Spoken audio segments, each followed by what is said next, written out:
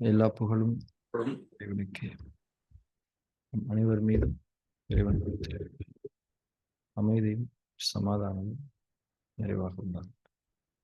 இன்றைய தியான வகுப்பை துவங்கும்.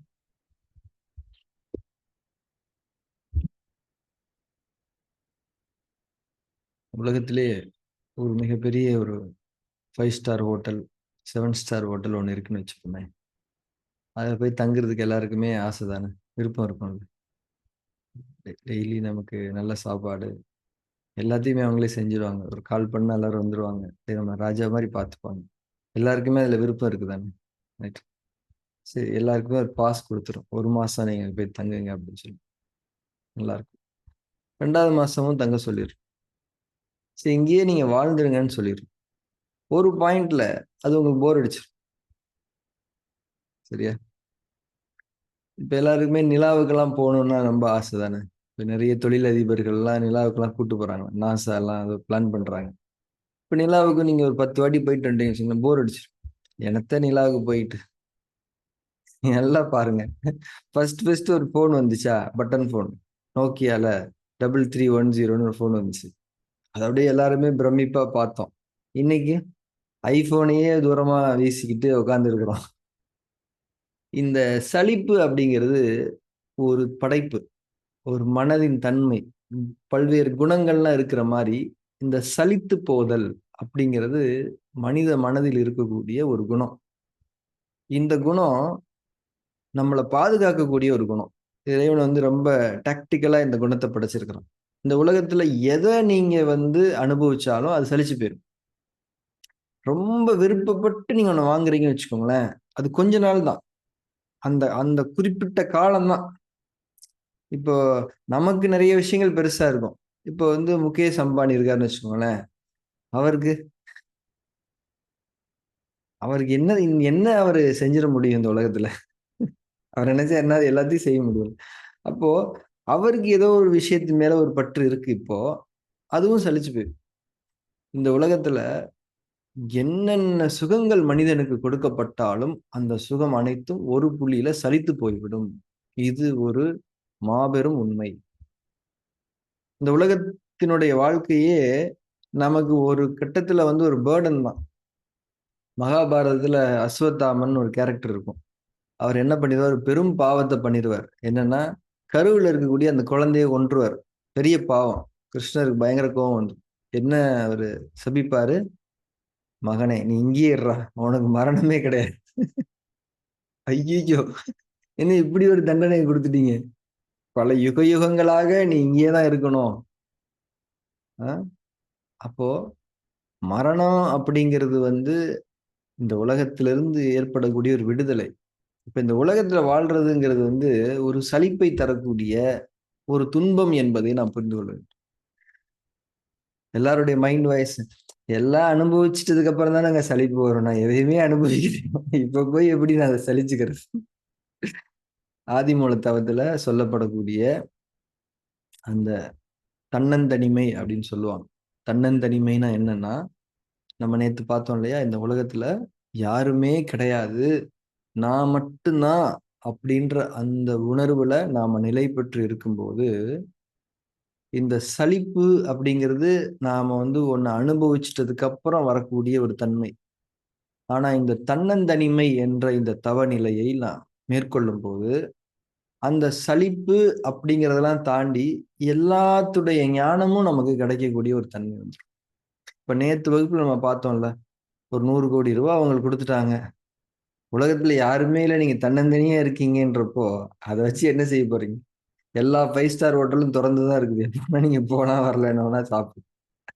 சோ, இந்த தன்னந்தனிமை என்ற இந்த தவ உணர்வு நிலையை நாம் பழகிக் கொள்ளும்போது, இந்த உலகத்தின் அடிப்படையிலான சுகங்கள் குறித்து நாம் மிக சரியான நிலைப்பாடுகளை மேற்கொள்ள முடியும். மனித மனசுக்கு சலிச்சே போகாத ஒரே விஷயம் எது அப்படின்னா, எது அள்ள அள்ள குறையாத சுகங்களை அவனுடைய மனதுக்கு கொடுத்து கொண்டிருக்கிறதோ அதுதான். அடுத்தடுத்து அடுத்தடுத்து இன்னும் இன்னும் இன்னும் இன்னும் அப்படி அப்படியே அது இறைவனுடைய சிந்தனையை தவிர வேற எதுவுமே இருக்க முடியாது. மனிதனுடைய மனதுக்கு இறைவனுடைய சிந்தனை என்பது சலித்தே போகாது. ஏன்னா ஒவ்வொரு நாளும் சுகத்துக்கு மேல் சுகம், ஒவ்வொரு நாளும் சுகத்துக்கு மேல சுகம். விபாசனாவோட மற்ற ஃபார்ம்ஸ் எல்லாம் பண்றதை விட ஆதி மூல தவம் பண்ணும்போது ஒரு சுகம் இருக்கும். அதுவும் இந்த தன்னந்தனிமை என்ற அந்த தவ உணர்வு நிலையில் இருந்து ஆதி மூல தவத்தை செய்யும் போது இன்னும் அந்த சுகம் அதிகமாகும். ஆதி மூல தவத்தில் இருக்கக்கூடிய மிக முக்கியமான கற்றல் இது. எந்த ஒரு தியான நெறிமுறைகள்லையுமே இன்றைக்கு சொல்லப்படாத ஒரு விஷயம். இது புதுசா நம்ம கண்டுபிடிச்சிட்டோமானா இல்ல, ஏற்கனவே இருந்ததுதான். இறைவன் அருளி செய்த வணக்க வழிபாட்டு முறையாக ஆதி மூல தவம் இருக்கிறது என்பதை நாம் படித்திருக்கின்றோம். அதுல இறைவன் இன்னும் இதை இப்படி பண்ணுங்க, அப்படி பண்ணுங்க. தன்னை நோக்கி இறைவன் நம்மை திருப்பிக் கொள்வதற்கான வழிமுறைகளை நமக்கு காட்டித் தருகின்றான். அதுல இன்னும் மேன்மையா இறைவன் காட்டித் தரும். இதுல ஒரே விஷயம், இந்த உலகத்தின் மீதான ஒரு பிணைப்பு, ஒரு மயக்கம் தான் காரணமா இருக்குது. அதை பேலன்ஸ் பண்றதுக்குதான் இந்த தன்னந்தனிமை தவ உணர்வு என்ற அந்த தன்மை. அதை கொஞ்ச நாள் நம்ம பிராக்டிஸ் பண்ண பண்ண பண்ண பண்ண அதுல அதுல பொருந்திடுவோம் நம்ம. அந்த உணர்வு பொருத்தம் நமக்கு ஏற்படும். அது பை பிராக்டிஸ்ல தான் வரும். சரியா? எப்பயுமே ஆரம்பம் அப்படிங்கிறது கொஞ்சம் கஷ்டமா தான் இருக்கும். போக போக போக போக போக எல்லாமே பழகிடும். நேத்து நம்ம பேசின மாதிரி எல்லாத்தையுமே கேட்டுட்டு விட்டுறாதீங்க. செயல் அப்படிங்கிறது ரொம்ப முக்கியம். தியானத்துல ஈடுபடுறதுங்கிறது முக்கியம். அதுவும் நம்ம ஈடுபடக்கூடிய அந்த தியானம் என்பது ரொம்ப தூய்மையான ஆன்மீக நெறிமுறையா இருக்குது. ஸோ இந்த இந்த விஷயத்துல நம்ம கமிட்டடா இருக்கும். செயல் செஞ்சாகணுன்றதுல நம்ம கமிட்டடா இருக்கும். ரைட். ஸோ இப்போ ஆதிமூல தவத்துல நாம இனிமேலு என்றென்றுமே இந்த ஒரு ஃபார்மேட்டை தான் மேற்கொள்ள போகின்றோம். ஃபர்ஸ்ட் நம்ம தியானம் தொடங்கும் போது இந்த தன்னந்தனிமை தவ உணர்வு அப்படின்னு சொல்லுவாங்க. சரிங்களா? தன்னந்தனிமை தவ உணர்வு அப்படின்னா என்னன்னா, இந்த உலகத்துல யாருமே கிடையாது, நம்ம மட்டும்தான் இருக்கிறோம் அப்படின்ற நிலைய நாம உணர்ந்த தன்மையில தவம் புரியக்கூடிய ஒரு நிலை. அதுக்கப்புறம் ஆதிமூல தவம். ஆதிமூல தவம் என்பது நமக்கு தெரியும், இறைவனுடைய பார்வை நம் மீது இருக்கு என்ற உணர்வில் தவம் இயற்றுது. இறைவனுடைய பார்வைக்கு எதுவுமே மறைந்ததாக இல்லை என்ற நிலையில் நாம் நம்மை முழுமையாக திறந்து விட்டு தவம் இயற்று. இது என்ன அப்படின்னா, மனிதன் தன்னுடைய பாரங்களை எல்லாம் இறக்கி வைத்து விட்ட ஒரு நிலை, தன்னுடைய மனதிலும் உடலிலும் இலகுத்தன்மையை அடைந்திருக்கக்கூடிய ஒரு நிலை. நம்ம ஏற்கனவே பேசணும் இல்லையா? ஒருத்தரை பத்தி நம்மளை பத்தி ஒருத்தருக்கு முழுசா தெரியல அப்படின்னாதான் அவர்கிட்ட நம்ம நடிக்க வேண்டிய தேவை இருக்கும், வேஷம் போட வேண்டிய தேவை இருக்கும். நம்மளை பத்தி எல்லாமே அவருக்கு தெரியுங்கிறப்ப என்னத்தை நடிக்கிறது? அதனால இறைவனுடைய பார்வைக்கு எல்லாமே தெரியும் அப்படிங்கிற பட்சத்துல நமக்கு இந்த நடிக்கிறதுங்கிறத நமக்கு ப்ரெஷரே. இப்போ அதாவது நம்மளை பத்தி இன்னொருத்தர் ஒரு அபிப்பிராயம் வச்சிருக்காரு இல்லையா, அந்த அபிப்பிராயத்தை பாதுகாக்கிறதுக்காக தான் நம்ம போராடிக்கிட்டு இருக்கோம். அதுதான் நமக்கு ப்ரெஷரே. இப்போ என்னைய பத்தி எந்த அபிப்பிராயமுமே இல்லை. யாருக்கு? இறைவனுக்கு. இறைவனை பொறுத்த வரைக்கும் இறைவனுடைய பாயிண்ட் ஆஃப் வியூல தான் தெரியும் நம்ம யார். உண்மையிலேயே நம்ம யாருன்னு இறைவனுக்கு தான் தெரியும், நமக்கே தெரியாது. அதனால இந்த ஆதிமூல தவத்துல இருக்கக்கூடிய தன்மைன்றது டோட்டலா எல்லா அழுத்தங்களையும் இறக்கி வச்சுட்டு நம்முடைய இயல்பின் சுகத்தில் இருப்பது. நம்மளுடைய இயல்பினுடைய சுகம் எதுன்னே நமக்கு இது வரைக்கும் தெரியாது. ஏன்னா நம்ம சம்திங் வி ஆர் கேரி, எதையாவது ஒண்ணு மனசுல கேரி பண்ணிக்கிட்டே இருக்கிறோம். நிறைய கமிட்மெண்ட்ஸ் நமக்கே தெரியாம மனசுக்கு இருக்குது. இப்ப ஆதிமூல தவத்துல எந்த கமிட்மெண்ட்டும் கிடையாது. எல்லாத்தையும் இறக்கி வச்சுட்டு இந்த அபிப்பிராயங்களை தாங்கி பிடிக்கக்கூடிய ஒரு பாரம் நமக்கு கிடையாது ஆதிமூல தவத்துல. அதைத்தான் பௌத்த வாழ்வியல்ல நிர்வாண நிலை அப்படின்னு சொல்றாங்க. நிப்பானான்னு சொல்றாங்களே. நிப்பானான்னா எல்லா பொறுப்பையும் இறைவனிடம் கொடுத்து விட்டு நம்மை இலகுவாக உணரக்கூடிய ஒரு நிலைதான் நிர்வாணம், நிப்பானம். அது ஆதிமூல தவத்தை அடிப்படையாக வைத்து சொல்லப்பட்டதுதான் அந்த நிர்வாண நிலை என்பது. சரியா? அப்போ இந்த ஆதிமூல தவத்தை பேக் பண்ணக்கூடிய ஒரு வழிமுறை தான் இந்த தன்னந்தனிமை தவ உணர்வு. சரி, இது நீங்க பிராக்டிஸ் பண்ண பண்ண நான் சொல்றது எல்லாமே உங்களுக்கு புரியும். இப்ப நம்ம பிராக்டிஸ் ஆரம்பிக்கலாம். ஆதிமூல தவத்தை பொறுத்த வரைக்கும் இறைவழி தியானத்தை அடைந்து கொள்வதற்கான அந்த 3 படிகள் எல்லாம் அவசியம் கிடையாது. டைரக்டா தியானத்துக்குள்ள போக வேண்டியதான். கண்ண மூடி சுகமான நிலையில உட்கார்ந்துகிட்டு, இந்த தன்னந்தனிமை தவ உணர்வில் சில நிமிடங்கள் நாம் நிலைத்திருக்க வேண்டும். ரொம்ப முக்கியமான ஒரு தவநெறி இது. இத முழுமையா உள்வாங்கிக்கிட்டு சரியா பண்ணணும். ஒரு சின்ன உணர்வு தான். இந்த உலகத்துல யாருமே கிடையாது. முக்கியமா எந்த மனிதனும் இந்த உலகத்துல கிடையாது. நான் மட்டும் தான் இருக்கிறேன். I am the one and only human being அப்படிங்கிற அந்த உணர்வுல நாம தியானம் தியானம் தொடங்கலாம்.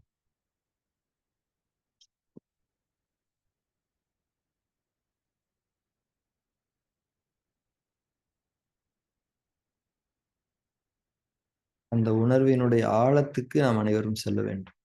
இந்த உலகத்தில் எந்த மனிதனும் கிடையாது. நாம் மட்டும் தான் இருக்கின்றோம். இந்த உணர்வு மட்டும் தான் இப்போ தவப்பொருள்.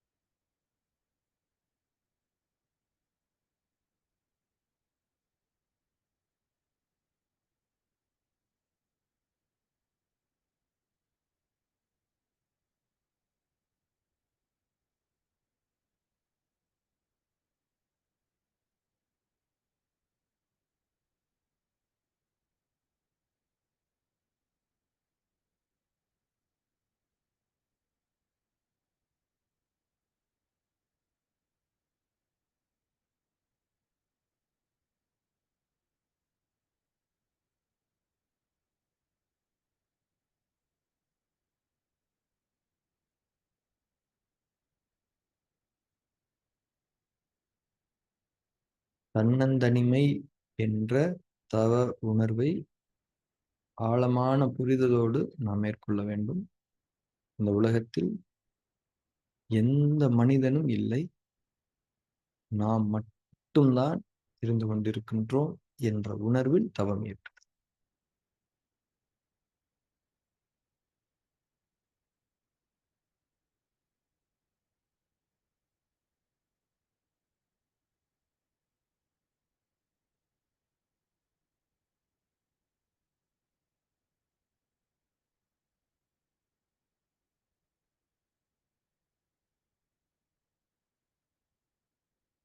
எங்க அம்மா இல்ல, அப்பா இல்ல, கணவன் இல்ல, மனைவி இல்ல, பிள்ளைகள் இல்ல, சகோதரர்கள் இல்ல, சொந்தக்காரங்க இல்ல, பக்கத்து வீட்டுக்காரங்க இல்ல, ஆபீஸ் இல்ல, வேலை இல்ல, எதுவுமே இல்ல.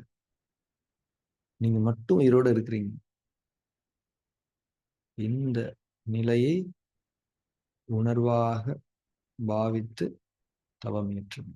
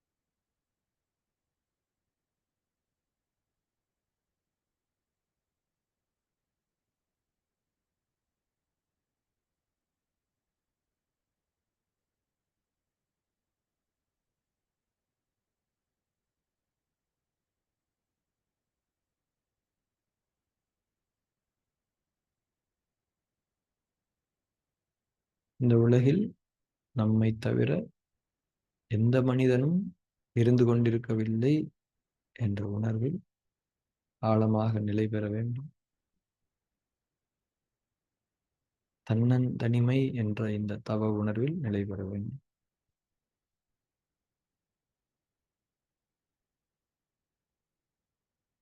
இப்போது ஆதிமூலத்தவம் செய்ய இருக்கின்றோம். இறைவனுடைய பார்வை உங்கள் மீது இருக்கிறது. இறைவனுடைய பார்வை என் மீது இருக்கிறது என்ற அந்த உணர்வை நாம் மேற்கொள்ள வேண்டும். அந்த உணர்வில் நிலைத்திருக்கும்.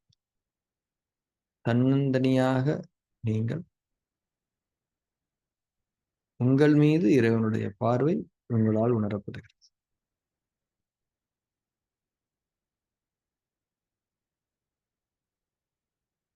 இறைவனுடைய அந்த பார்வையில் உங்களுடைய எந்த அம்சமும் மறைந்ததாக இல்லை, இருக்க முடியாது என்பதை உணர்ந்து தவம் இயற்ற வேண்டும். ஆதிமூலத்தவம். எதையும் செய்ய வேண்டிய அவசியம் இல்லை. வெறுமனே அமர்ந்திருப்பது. இறைவனுடைய பார்வை என் மீது இருக்கிறது. அவன் என்னை முழுமையாக பார்த்து கொண்டிருக்கின்றான், நேரடியாக பார்த்து கொண்டிருக்கின்றான் என்ற அந்த உணர்வை மேற்கொண்டு தவம் இயற்று.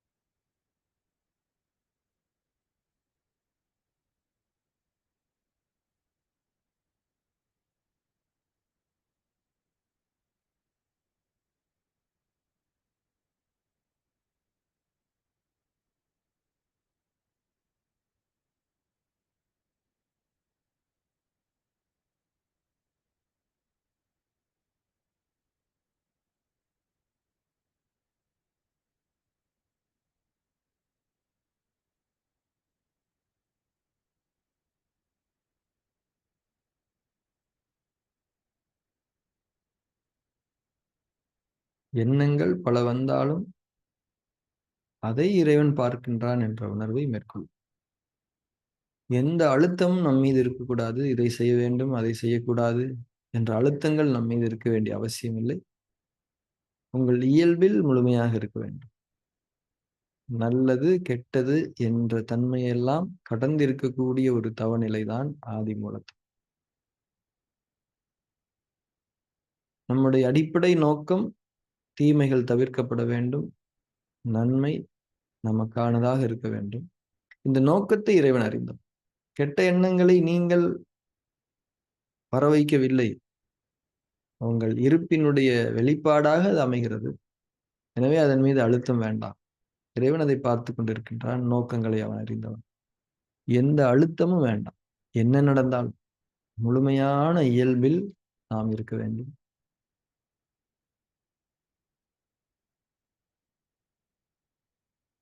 தன்னந்தனியாக நாம் இருக்கின்றோம்.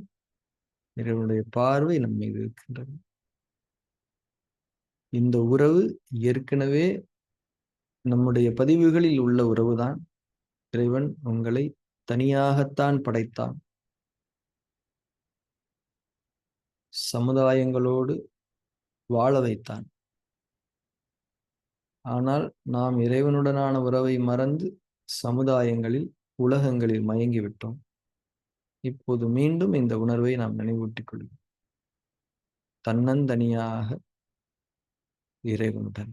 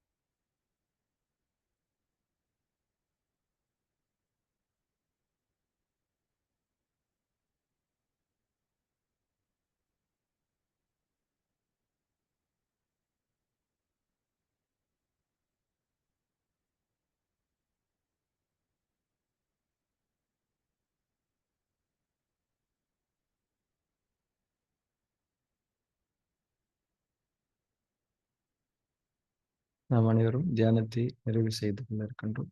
இதுவாக கண் விழித்து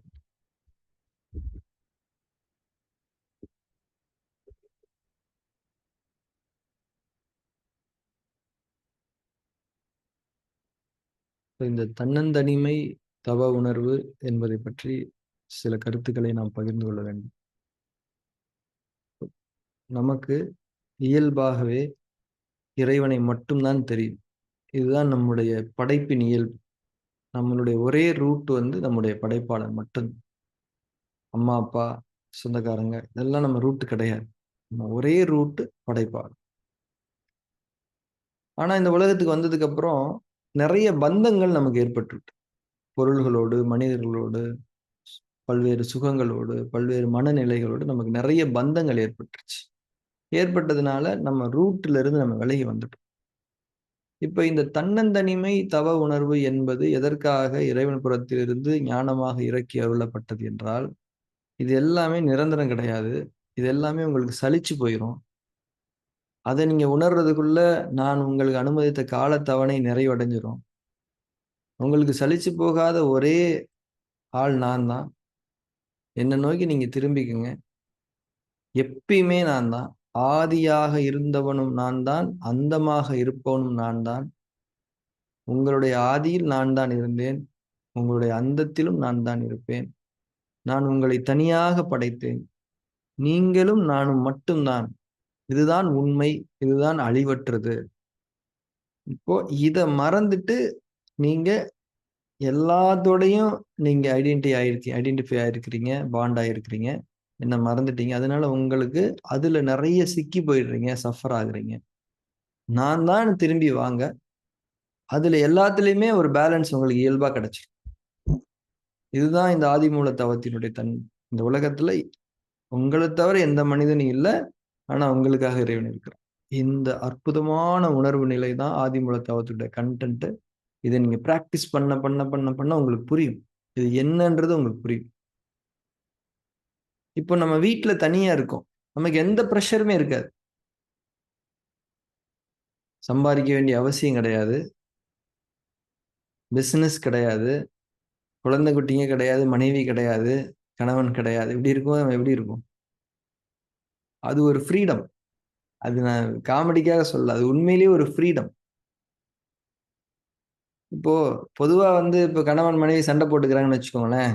மனைவியோ கணவனோ ஒரு 10 நாள் பிரிஞ்சு இருந்தாங்கன்னா, திருப்பி வந்து சேரும்போது ஒரு இணக்கமான சூழல் உருவாயிரும். ஏன்னா அந்த பிரிவு வந்து ஒரு இதை ஏற்படுத்தும். இந்த மாதிரி தான் இந்த தன்னந்தனிமை உணர்வு என்பது இந்த உலகத்தின் தன்மைகள்ல நமக்கு ஒரு பேலன்ஸை ஏற்படுத்தும். திரும்பவும் நம்ம அதுல இணைஞ்சிட மாட்டோமா அப்படின்னா, நம்ம இந்த தன்னந்தனிமையா இருக்கும்போது இறைவனோட இருக்கிறோம்.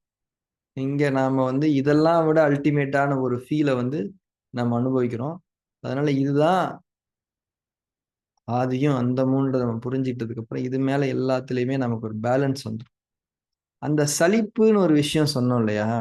அந்த சலிப்பு வந்து அனுபவிச்சா தான் ஏற்படும்ல. இது இந்த தன்னந்தனிமை உணர்வுல, தவ உணர்வுல நம்ம இருக்கும்போது, அந்த சலிப்பு எதையுமே அனுபவிக்காமலே ஏற்படும். இந்த சலிப்பை கடந்த ஒரு நிலை வந்துரும். இதுதான், இது இப்படிதான் இருக்கும். இத இத வந்து நம்ம இது பண்ணோம்னா, இது இந்த மாரி தான் ஏற்படும். இந்த மாரியான ஒரு மெச்சூரிட்டி உங்களுக்கு வந்துரும். அதுக்கு நம்ம அடிமையாக மாட்டோம். அதுக்காக ஒரு விஷயத்த நம்ம செய்ய மாட்டோம். இறைவன் நாடுனா அது நமக்கு வரும். நம்ம விருப்பங்கள்ல அது இருக்குதான்னு பார்ப்போம். நெறைய பேருக்கு அந்த விருப்பங்களே குறைஞ்சு போயிடும். முக்கியமா அந்த பொருள் தேடல்ல வந்து ஒரு மினிமலிஸ்ட்டா நம்ம மாறிடுவோம்.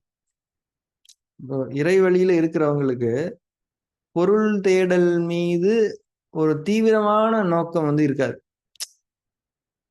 பொருள் தேவைதான். அந்த பேலன்ஸ் இருக்கும். அத மனசாட்சியை விற்று உடலை, மனதை வருத்திக் கொண்டு பொருள் ஈட்டக்கூடிய தன்மைக்கு அவங்க போமாட்டாங்க. ஏன்னா, அவங்களுக்கு அந்த பேலன்ஸ இறைவன் குடுத்துருவான். இந்த மாரி எல்லாத்துலயுமே ஒரு பேலன்ஸ் வரும். ஸோ, அதனால ஆதிமூல தவம் வந்து ஒரு அற்புதமான ஒரு தவ நிலைக்கு இறைவன் நம்மள கூட்டிட்டு வந்திருக்கிறான். இதுல இந்த தன்னந்தனிமை தவ உணர்வு என்பதை நாம கொஞ்சம் பழகணும். பழக அது புரியும் உங்களுக்கு. வார்த்தைகளால புரிய வைக்க முடியாது. உங்களுக்கு புரியும். இப்ப நமக்கு இருக்கக்கூடிய பிரச்சனைகளுக்கெல்லாம் காரணம் என்னன்னா, இந்த உலகத்தின் அடிப்படையிலான விஷயங்கள் தான்.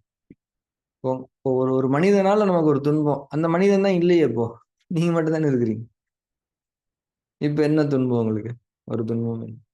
ஆனா இப்ப மைண்ட் வாய்ஸ் சொல்லும். அது அது கற்பனை தானங்க. அததான் இருக்கானே. கண்ண தொறந்தோனே அவன் இருந்தாலும் சரி, இல்லாட்டியும் சரி, நீங்க தனிமை தான். அத நீங்க உணர்ந்துட்டீங்கனாலே இறைவன் உங்கள பாதுகாத்துருவான்.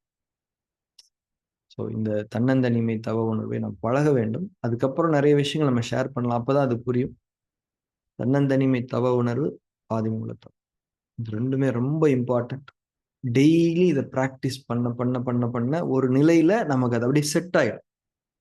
இது எதுவுமே கற்பனை கிடையாது. இது என்னங்க கற்பனையா நம்ம பண்ணிக்கிறதா? தன்னந்தனியா இருக்கிறது கற்பனை தான. அது கற்பனை இல்ல. அது நெஜம்தான். இறைவன் நம்மள தனியா தான் வாழ வைக்கிறான். நமக்குன்னு தனியான வானம், நமக்குன்னு தனியான காத்து, நமக்குன்னு தனியான தண்ணி, தனியான உணவு. நம்ம சாப்பிடக்கூடிய பருக்கைலாம் இருக்குல்ல, உணவு பருக்கை. அதெல்லாமே நமக்கானது தான். அது நமக்கு தான் வந்து சேரும்.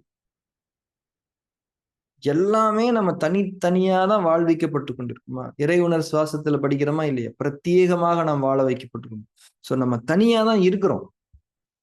ஆனா கூட்டமா இருக்கிற மாரியான ஒரு மாயையை நாம் ஏற்படுத்திக் கொண்டிருக்கின்றோம். நம்ம தனியா தான் இருக்கிறோம். நீங்களும் உங்கள் இறைவன். அத உணர்ந்துட்டோம் அப்படின்னா, இது எல்லாமே நம்ம கைவசம் வந்துரும். இதுல வந்து சலிப்பும் ஏற்படாது, பிணைப்பும் ஏற்படாது. அது அப்படி இப்படி இருக்கிற மாரி ஆயிரும். தொடர்ந்து நம்ம பிராக்டிஸ் பண்ணுவோம். And one more announcement. இப்ப இந்த மந்த் வந்து சில டிஃபரெண்ட் டைமிங்ஸ் வந்து நம்ம ட்ரை பண்ணுவோம். காலையில வந்து இப்ப 6:30 டூ 7 எடுத்துட்டு இருக்கோம் இல்லையா? அத சும்மா ஒரு ட்ரையல்க்காக 6 டூ 6:30 ட்ரை பண்ணி பார்ப்போம். எப்படி இருக்குது? எப்படி வொர்க் அவுட் ஆகுதுன்னு நம்ம பார்ப்போம்.